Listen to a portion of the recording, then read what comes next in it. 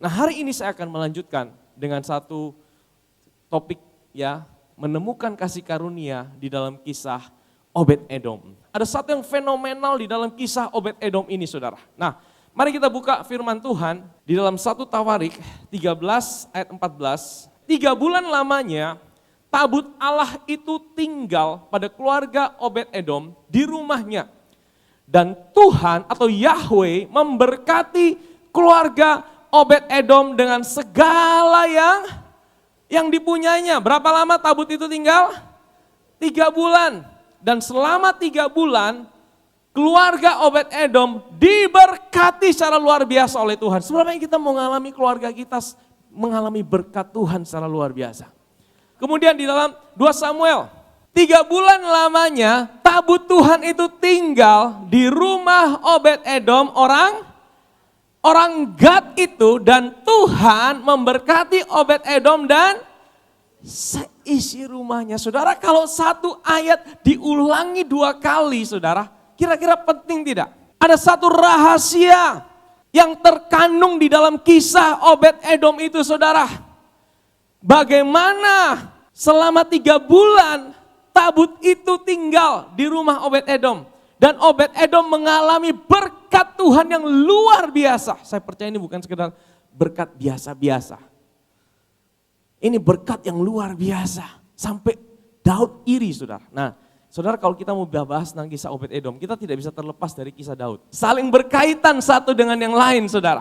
Saudara, saya akan ceritakan sedikit bagaimana seorang Raja Daud. Raja Daud itu, saudara, di dalam Mazmur 132, saudara boleh catat, nanti saudara baca di rumah. Ya, Raja Daud ini seorang raja yang tinggal dalam perjanjian lama, tapi punya mindset perjanjian baru. Dia adalah seorang raja yang hidup di bawah hukum Taurat, tapi hatinya, dia mengerti hati Tuhan, itu ada di perjanjian baru.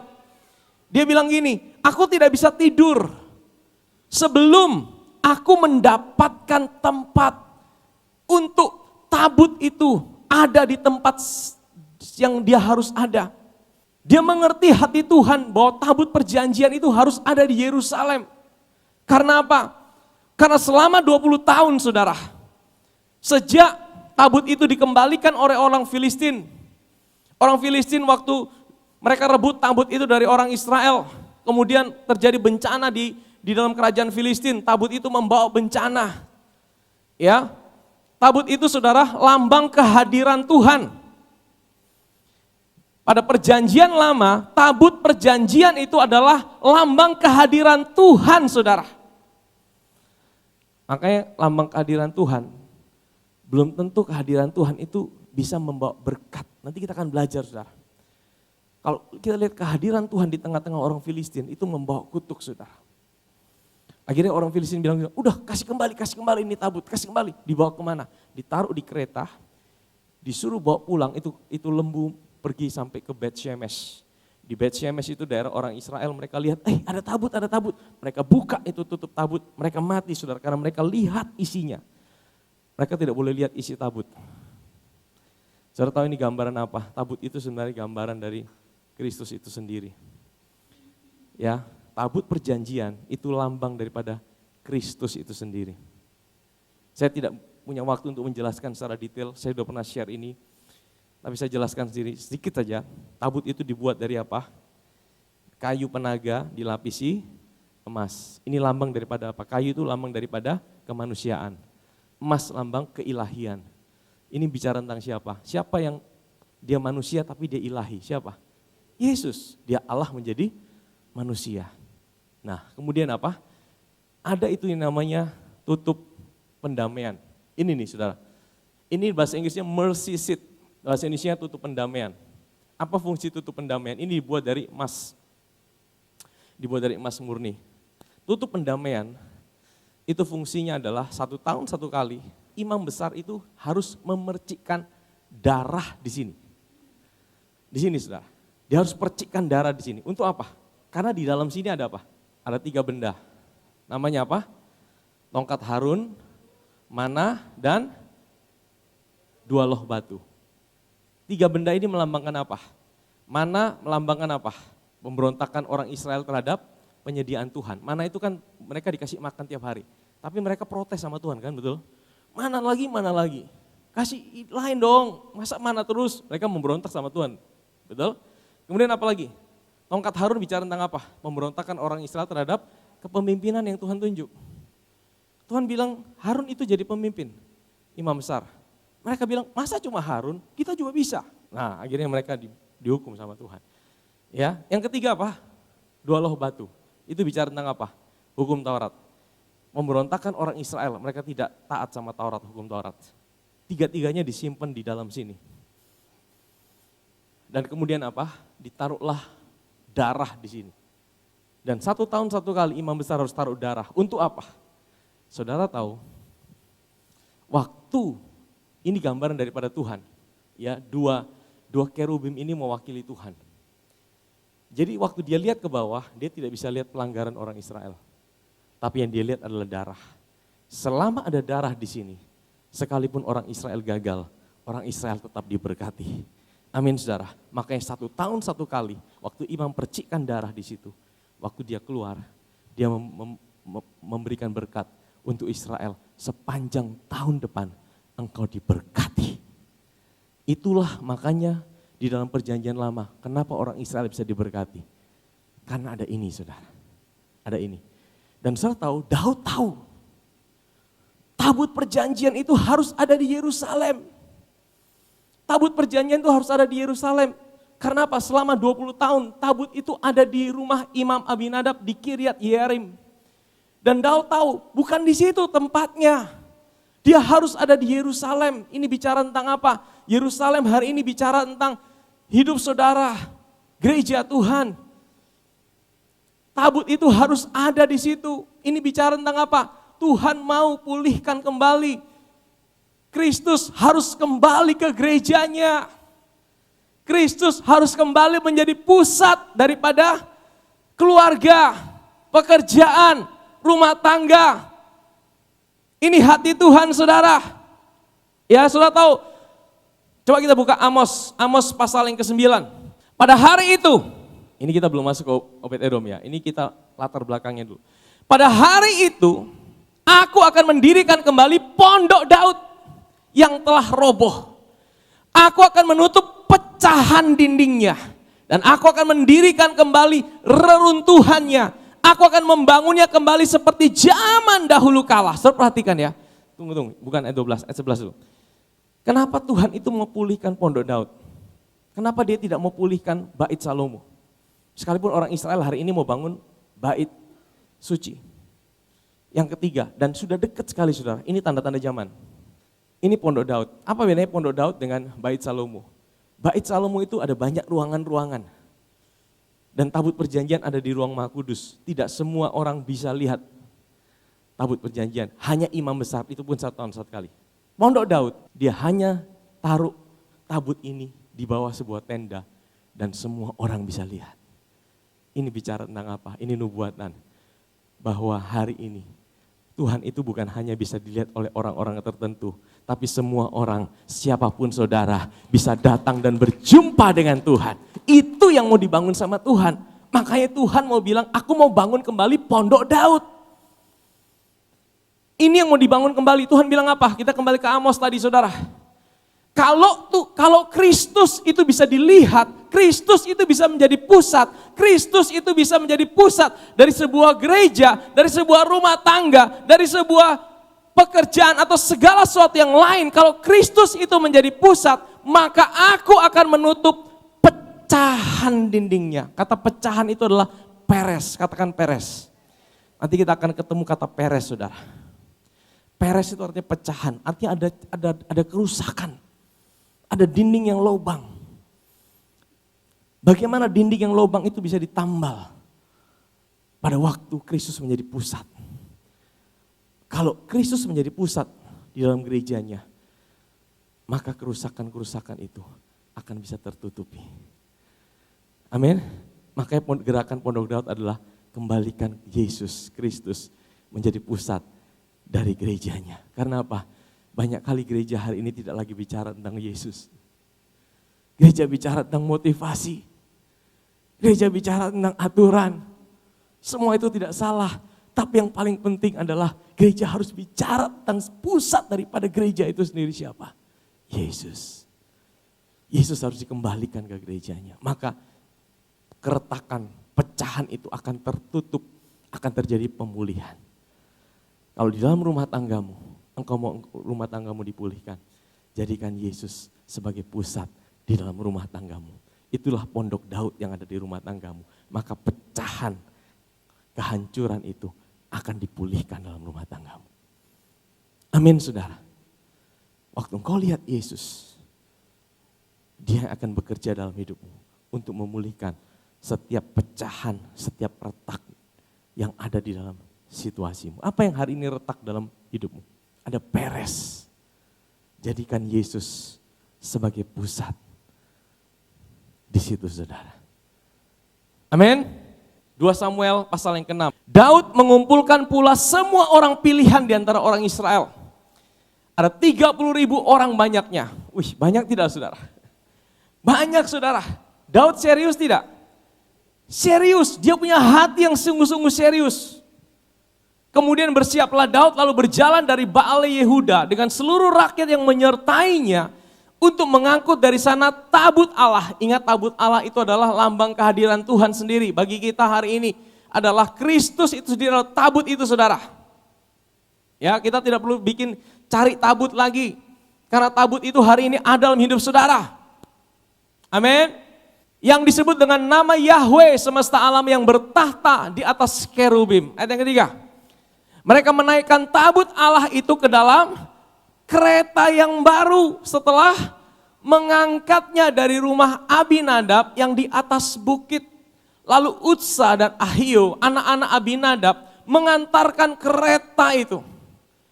Utsa berjalan di samping tabut Allah itu, sedang Ahio berjalan di depan tabut itu.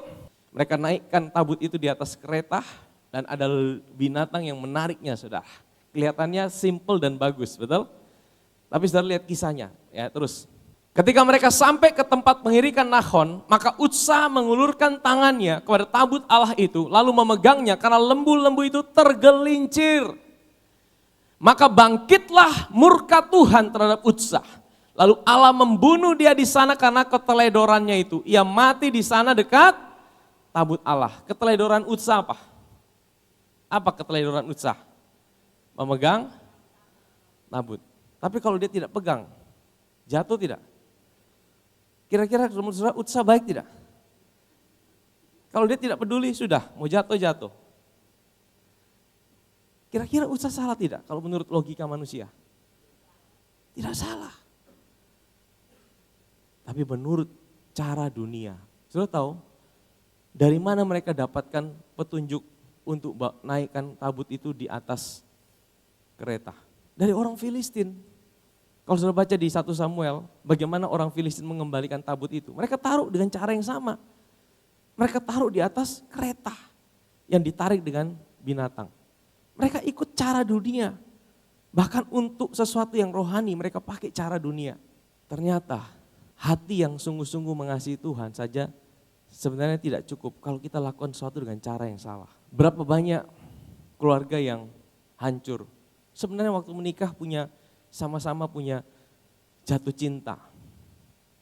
Punya niat yang baik. Tapi caranya mengaplikasikan itu salah sehingga apa? Sehingga terjadi miskomunikasi. Terjadi salah paham, akhirnya hancur. Hubungan orang tua dengan anak. Orang tuanya punya maksud yang baik. Tetapi cara mengaplikasikannya salah. Sehingga anak-anak salah menerima. Akhirnya apa saudara? Hancur juga. Dari sini kita belajar dari kisah ini. Kerinduan hati yang baik saja ternyata tidak cukup. Dibutuhkan aplikasi yang tepat untuk melakukan itu.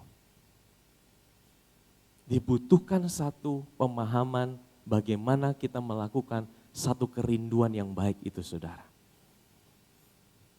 Setuju? Daud punya kerinduan yang baik. Dia mati-matian, kalau kita bilang dia cuma setengah hati, tidak saudara. Dia kerahkan 30.000 orang.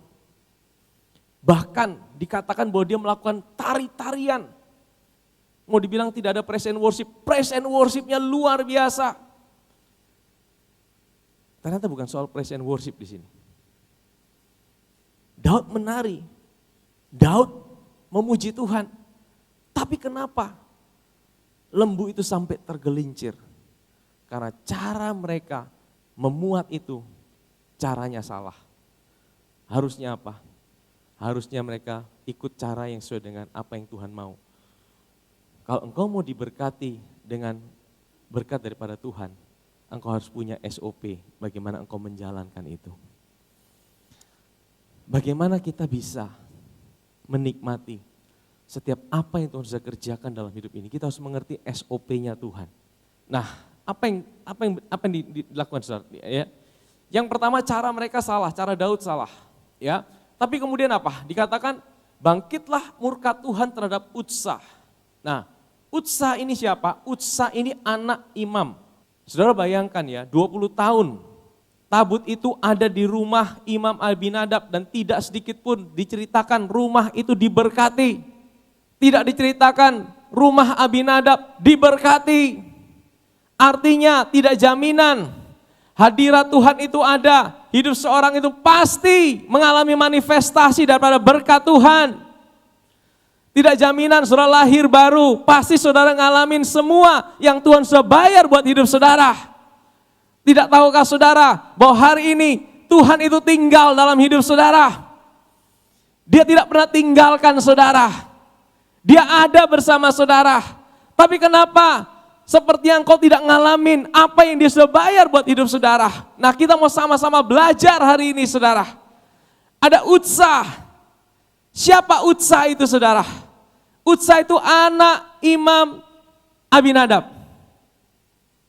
Sebenarnya kita mau ngalamin berkat daripada Obed-Edom. Saudara kalau saudara tidak mau, wah kayaknya firman ini bukan buat saudara. Ya. Nah 20 tahun tabut itu ada di rumah Imam Abinadab dan tidak tercatat berita bahwa rumah itu diberkati. Bayangkan saudara, kehadiran Tuhan. Nama Utsah itu menjelaskan kenapa mereka tidak mengalami manifestasi daripada berkat itu. Utsah itu artinya kekuatan manusia. Utsah itu adalah strength atau kekuatan manusia, bukan utsiyah. Kalau utsiyah itu kekuatan Tuhan, ada Yah. Ya, tapi Utsah itu kekuatan manusia. Dari namanya kita tahu persoalannya. Di dalam perjanjian lama itu seringkali nama itu menjelaskan kenapa. Utsah itu bicara tentang kekuatan manusia. Dari sini kita bisa dapatkan ternyata mereka untuk mendapatkan berkat Tuhan, mereka pakai kekuatan manusia. Nah kalau saudara mau dapatkan berkat Tuhan dengan kekuatanmu, itu sebenarnya sedang menghalangi berkat itu mengalir dalam kehidupanmu. Berkat Tuhan tidak bisa didapatkan dengan kekuatanmu sendiri. Kalau kekuatan bisa mendapatkan berkat Tuhan, tidak diperlukan iman saudara. Kalau dengan kebenaranmu sendiri, engkau bisa dapatkan berkat Tuhan, maka tidak perlu iman. Engkau berusaha saja, lakukan yang terbaik supaya Tuhan memberkati engkau. Itulah sistem perjanjian lama, itulah sistem hukum Taurat. Kalau engkau baik, Tuhan baik. Kalau engkau gagal, Tuhan akan hukum. Jadi berkat Tuhan tergantung pada kekuatanmu. Tapi Tuhan tidak pakai sistem itu untuk berhubungan dengan anak-anaknya hari ini. Kalau hari ini engkau masih mengharapkan berkat Tuhan karena engkau pikir engkau cukup baik, di situ engkau sebenarnya sedang menghalangi berkat itu terjadi dalam hidupmu. Yang menghalangi berkat Tuhan itu bukan kelemahan dan kegagalan. Di dalam Roma pasal 5 dikatakan, di mana ada dosa, di situ kasih karunia berlimpah-limpah sudah. Betul tidak? Di mana ada kegagalan, kegagalan itu tidak pernah menghalangi kasih karunia Tuhan itu mengalir. Justru di tengah kegagalan, di situ adalah pintu masuk engkau ngalamin segala kemurahan Tuhan dalam hidupmu. Tapi di saat engkau merasa, Tuhan aku udah cukup baik nih, aku udah doa puasa, aku udah buat ini. Kalau aku udah buat ini, Tuhan harus memberkati aku. Di saat itulah sebenarnya engkau sedang menutup pintu berkat itu di dalam kehidupanmu. Karena engkau sedang ukur berkatnya berdasarkan kekuatanmu sendiri, berdasarkan kebenaranmu sendiri. Sebenarnya dosa yang paling besar itu apa saudara? Ketika kita merasa diri kita yang paling benar karena apa yang kita buat. Dosa pertama di dalam Taman Eden itu saudara, dosa kebenaran diri sendiri. Dan ini yang dikutuk sama Tuhan. Makanya waktu manusia pakai daun pohon ara, saudara ingat di Taman Eden, mereka kan berusaha tutup, mereka punya ketelanjangan. Ingat kisah itu di Taman Eden? Waktu Adam dan Hawa jatuh, waktu mereka lihat diri mereka telanjang, hal pertama apa yang mereka lakukan? Mereka langsung ambil daun pohon ara untuk tutupi ketelanjangan. Dan saudara ingat, Tuhan tidak pernah pakai daun pohon ara itu, dibuang sama Tuhan. Karena daun pohon ara itu berbicara tentang kebenaran manusia. Tuhan lakukan apa? Dia potong domba, dia potong binatang, ada darah yang tercurah, dan dia pakaikan itu buat manusia, supaya mereka bisa datang sama Tuhan. Waktu Yesus sedang ngajar tentang iman, apa yang Yesus lakukan saudara? Waktu dia lihat ada pohon ara, tidak ada buahnya, dia dengan murid-muridnya, aku kutuk engkau tidak akan berbuah lagi selama-lamanya. Langsung mati? Tidak, dia pergi. Besok dia datang kembali ke situ. Dan murid-muridnya lihat pohon ara itu sudah habis sampai ke akar-akarnya. Baru Yesus ajar tentang iman. Yesus bilang apa? Kalau engkau punya iman sebesar biji sesawi, engkau bisa pindahkan gunung. Dan gunung itu akan pindah ke laut. Apa hubungannya pohon ara dengan iman? Saudara tahu, pohon ara itu bicara kebenaran diri sendiri. Selama engkau merasa engkau bisa dapatkan berkat Tuhan dengan kekuatanmu sendiri, engkau tidak perlu iman. Iman itu adalah ketika engkau tidak mampu dengan kekuatanmu. Iman itu ketika engkau sadar engkau tidak mampu untuk membayar setiap berkat Tuhan dalam hidupmu. Disitulah engkau pakai iman, karena apa? Engkau tidak lihat kebenaranmu, tapi engkau lihat kebenaran Yesus yang melayakkan engkau. Amin saudara. Daud menjadi marah karena Tuhan telah menyambar Utsa sedemikian hebatnya. Maka tempat itu disebut orang sebagai apa? Peres Utsa, sampai sekarang. Saudara tahu, Daud marah. Kira-kira respon yang benar tidak? Dia marah karena Tuhan telah sambar Utsa. Dia pikir dia lakukan yang terbaik. Dia pikir dia dibuat yang terbaik. Pernahkah saudara dalam hidup ini saudara menjadi kecewa? Karena engkau pikir engkau udah lakukan yang terbaik. Engkau udah buat yang terbaik. Tapi kenapa tidak terjadi seperti apa yang kau harapkan? Saudara, orang itu biasanya tidak langsung marah sama Tuhan. Biasanya dia akan marah dengan situasinya dulu, dia akan marah dengan orang lain.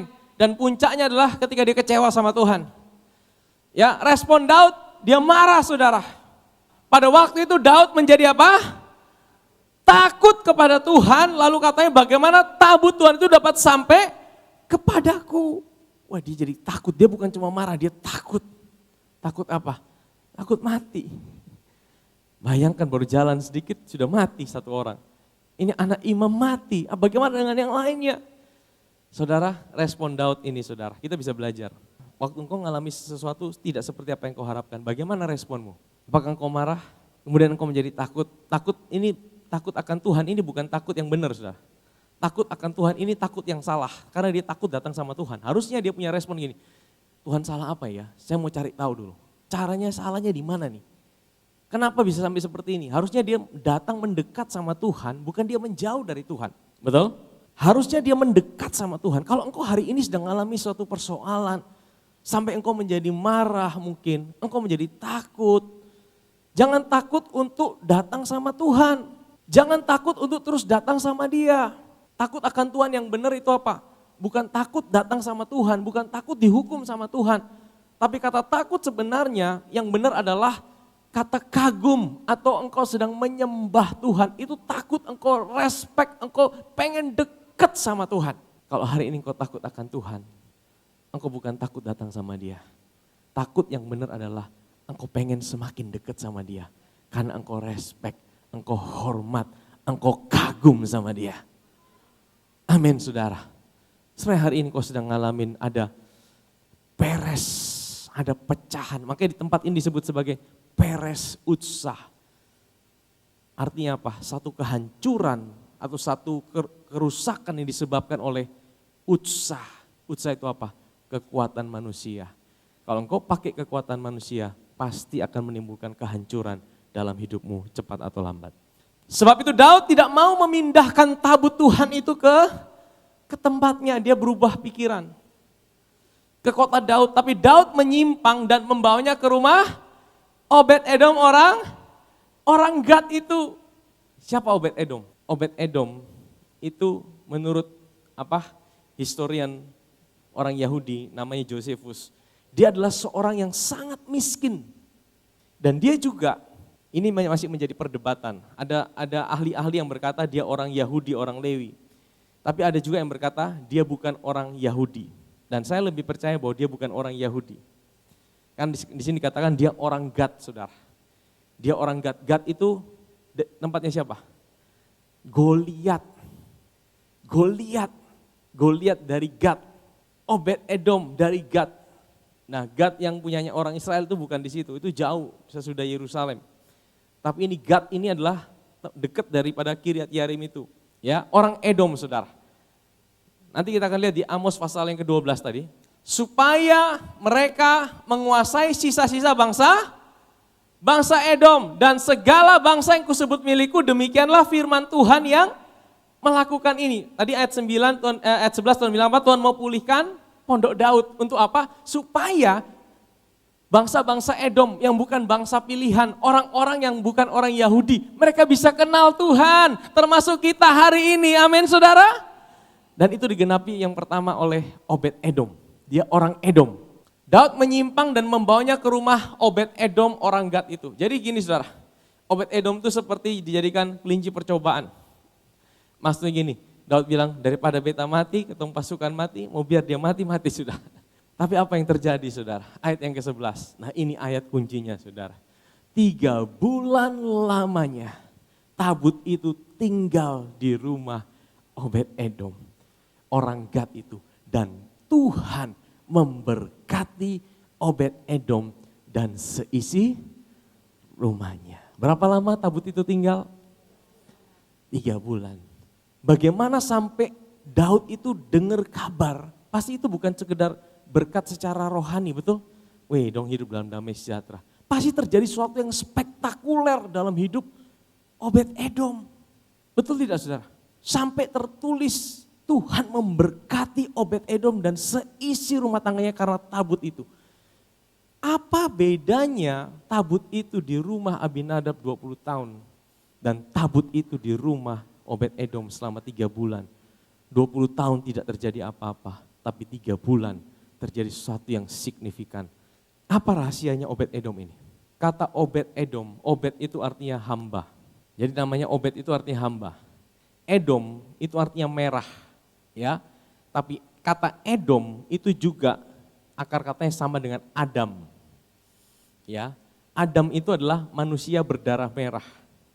Jadi sebenarnya Edom itu juga bicara tentang darah merah. Nah, jadi sebenarnya Obed Edom itu adalah hamba darah. Katakan hamba darah. Nah, apa signifikannya nama Obed Edom? Dia disebut hamba darah. Sehingga selama 3 bulan tabut itu tinggal di rumah Obed Edom. Rumah Obed Edom diberkati. Ayat 12, diberitahukanlah kepada Raja Daud, demikianlah Tuhan memberkati seisi rumah Obed Edom. Jadi itu berkat itu dengar sampai Raja Daud dengar. Dan segala yang ada padanya oleh karena apa? Tabut Allah itu. Lalu Daud pergi mengangkat tabut Allah itu dari rumah Obed Edom ke kota Daud dengan sukacita. Nah bedanya di mana? Apabila pengangkat tabut. Perhatikan, ini beda pertama. Yang pertama mereka pakai apa? Kereta. Yang kedua mereka pakai apa? Imam. Ini sesuai dengan SOP-nya Tuhan. Untuk angkat tabut tidak boleh pakai kereta. Untuk angkat tabut harus pakai imam. Ini bicara apa? Harus meninggikan Tuhan yang pertama. Imam itu meninggikan Tuhan, mereka sehati. Ya, mereka sehati, meninggikan Tuhan. Ini yang tertulis dalam Alkitab sebenarnya. Raja Daud lupa itu caranya, saudara. Dan dia diingatkan kembali. Tapi kemudian ada satu yang signifikan yang belum pernah terjadi. Dan ini baru pertama kali Daud lakukan itu. Apabila pengangkat tabut maju 6 langkah, maka ia mengorbankan apa? Seekor lembu dan seekor anak lembu gemukan. Jadi setiap 6 langkah, 1, 2, 3, 4, 5, 6, stop. Potong lembu, potong anak lembu. Saudara kira-kira sepanjang rumah Obed Edom sampai di Yerusalem, itu kira-kira apa yang terjadi? Ada jejak-jejak darah yang mengalir.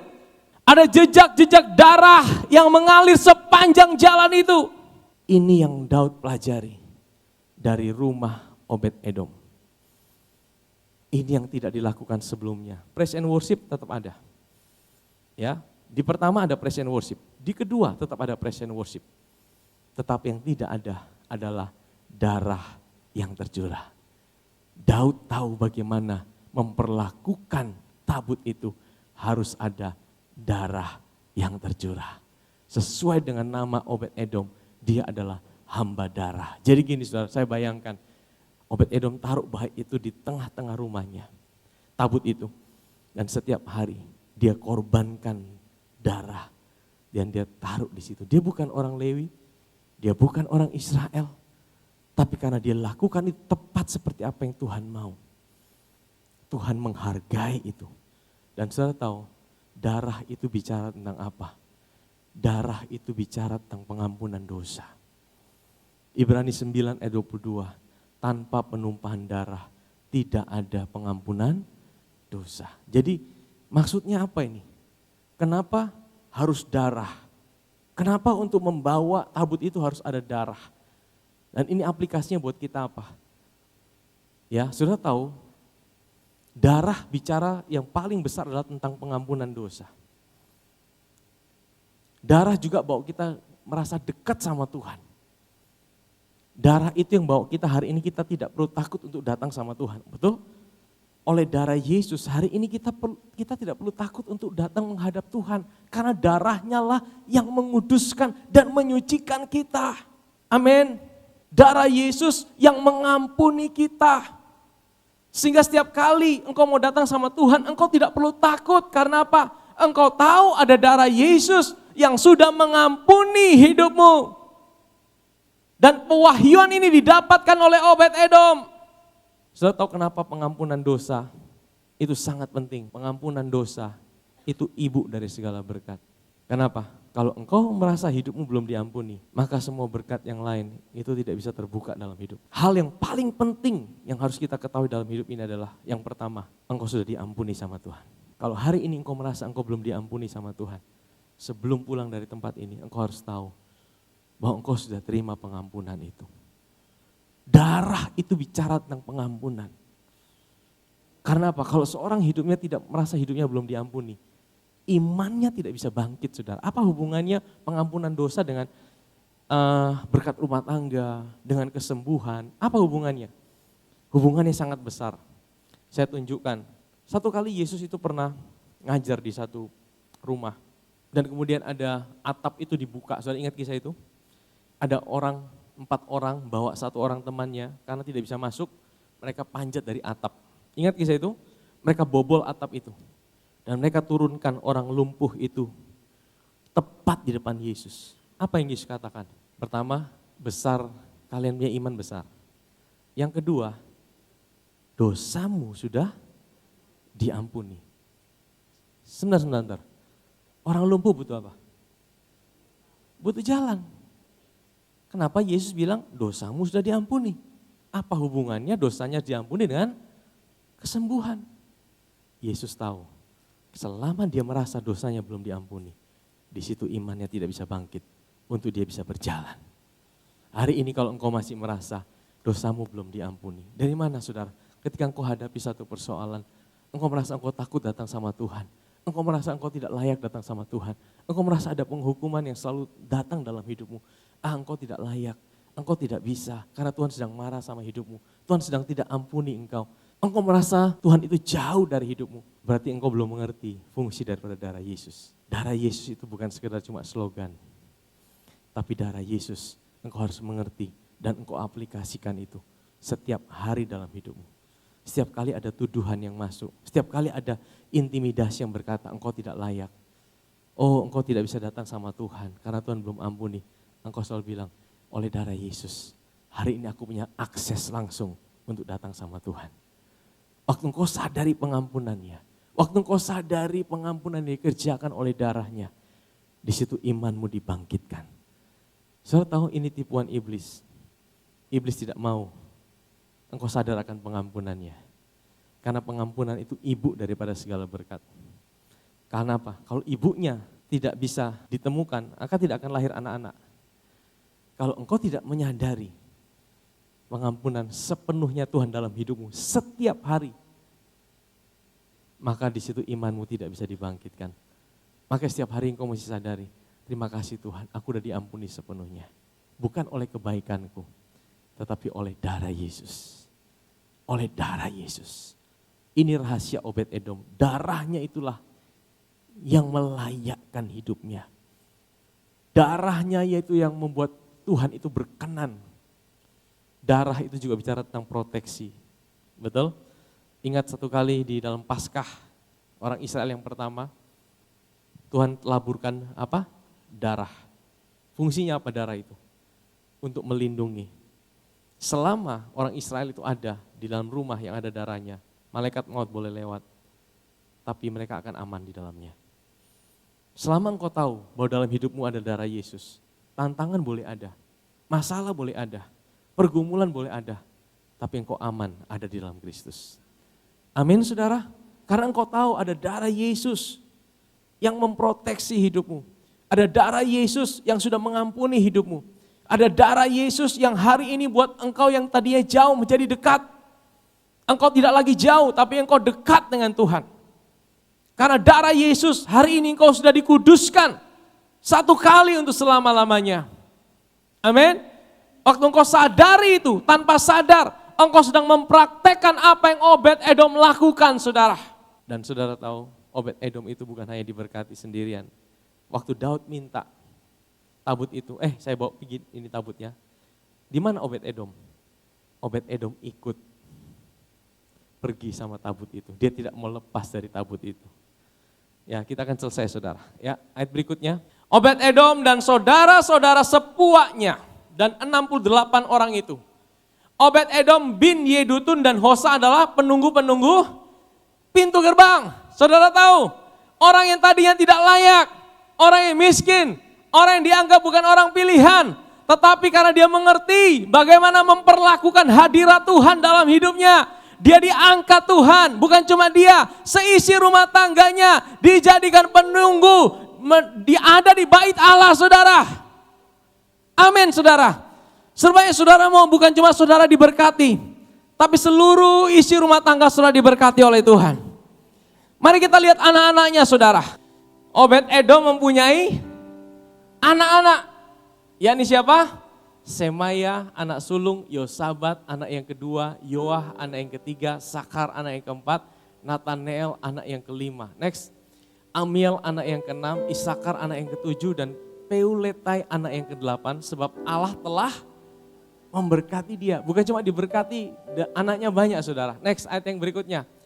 Bagi Semaya anak Obed-Edom itu lahir anak-anak, mereka memegang apa? Pemerintahan di antara puak mereka. Sebenarnya kita mau anak cucu kita berkuasa saudara. Ya, sebenarnya kita mau anak cucu kita berkuasa. Dikatakan mereka memegang pemerintahan di antara puak mereka. Sebenarnya mereka adalah pahlawan-pahlawan yang gagah perkasa. Next, anak-anak Semaya ialah Otni, Rafael, Obed, dan Elsabat. Serta saudara-saudaranya ini Elihu dan Semakia. Orang-orang gagah perkasa. Next, mereka sekalian adalah keturunan dari Obed-Edom, yakni mereka sendiri, anak-anak mereka, saudara-saudara mereka, masing-masing orang yang gagah perkasa, cakap untuk pekerjaan itu. 62 orang jumlahnya dari Obed-Edom. Saudara bayangkan saudara, dari seorang yang miskin, seorang yang tidak dipandang, seorang yang mau dijadikan kelinci percobaan sama Daud. Tapi waktu dia mengerti bagaimana memperlakukan hadirat Tuhan, dia tahu bagaimana dia memperlakukan hadirat Tuhan. Tuhan angkat hidupnya, bukan cuma dia, tapi semua anak-anaknya. Sebenarnya hari ini engkau mau, engkau yang sudah punya anak, engkau punya rumah tangga, atau engkau mau punya anak nanti ke kemudian hari. Engkau mau juga keluargamu diberkati Tuhan. Hari ini saudara, hadirat Tuhan itu ada di mana saja. Hadirat Tuhan itu bukan cuma di luar sana. Hari ini hadirat Tuhan itu ada dalam hidup saudara. Tabut itu bukan di luar sana. Tapi kalau tabut itu engkau tidak tahu bagaimana engkau memperlakukan itu tidak akan berdampak apa-apa dalam hidupmu. Tapi kalau engkau tahu SOP-nya Tuhan, bagaimana engkau memperlakukan tabut itu. Sama seperti Obed-Edom, sadari darahnya. Jangan seperti Utsah. Utsah selalu mau pakai kekuatannya sendiri. Utsah itu gambar gini, setiap kali ada masalah yang selalu pikir apa? Bagaimana aku harus selesaikan? Bagaimana? Memang tidak salah, kita selalu manusia itu pengen cepat-cepat selesaikan supaya apa? Supaya kita bisa tenang. Setiap kali, apa yang harus aku lakukan? Apa yang harus aku lakukan? Tidak salah sebenarnya. Tapi bisakah kalau engkau mengalami suatu masalah, engkau tenang dulu, datang sama Tuhan. Datang dan minta, engkau rasakan kasihnya, engkau fokus dengan pribadinya, engkau alamin dia dulu.